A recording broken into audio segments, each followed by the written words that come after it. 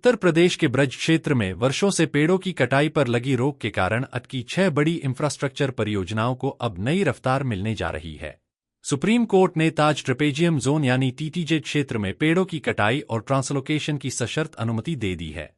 इस फैसले के बाद आगरा, मथुरा और आसपास के जिलों में सड़क, रेल और एयरपोर्ट से जुड़ी महत्वपूर्ण परियोजनाओं का रास्ता साफ हो गया है।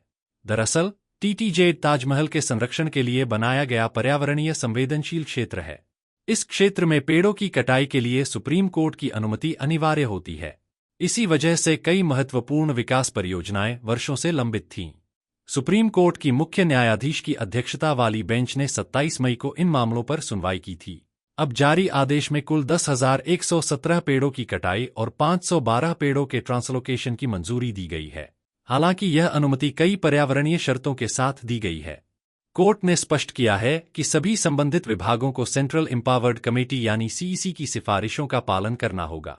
प्रत्येक काटे जाने वाले पेड़ के बदले 10 नए पौधे लगाने होंगे, उनकी कम से कम 5 वर्षों तक देखभाल करनी होगी और पौधारोपण वाले क्षेत्र को संरक्षित वन क्षेत्र के रूप में विकसित करना होगा। सीईसी पूरे पौधारोपण और संरक्षण कार्य की निगरानी करेगी तथा अपनी रिपोर्ट सुप्रीम कोर्ट में पेश करेगी।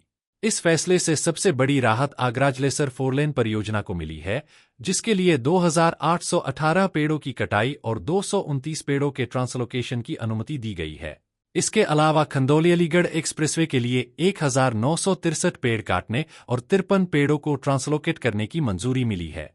आगरा-ग्वालियर ग्रीनफील्ड एक्सप्रेसवे के लिए 650 पेड़ों की कटाई और 109 पेड़ों के ट्रांसलोकेशन की अनुमति दी गई है। वहीं आगरा एयरपोर्ट के सिविल एन्क्लेव और रनवे विस्तार के लिए 286 पेड़ काटे जाएंगे और 121 पेड़ों को स्थानांतरित किया जाएगा। कोसी नंदगांव बरसाना गोवर्धन रोड तथा सोंख मथुरा राया 4 लेन परियोजना के लिए 2,777 पेड़ों की कटाई की अनुमति मिली है, जबकि Agra fort Bandikui railway line के लिए 1,623 पेड़ काटने की मंजूरी दी गई है। इन सभी परियोजनाओं के शुरू होने से ब्रज क्षेत्र में सड़क, रेल और हवाई संपर्क बेहतर होगा। धार्मिक पर्यटन, औद्योगिक गतिविधियों और स्थानीय व्यापार को भी बड़ा लाभ मिलने की उम्मीद है।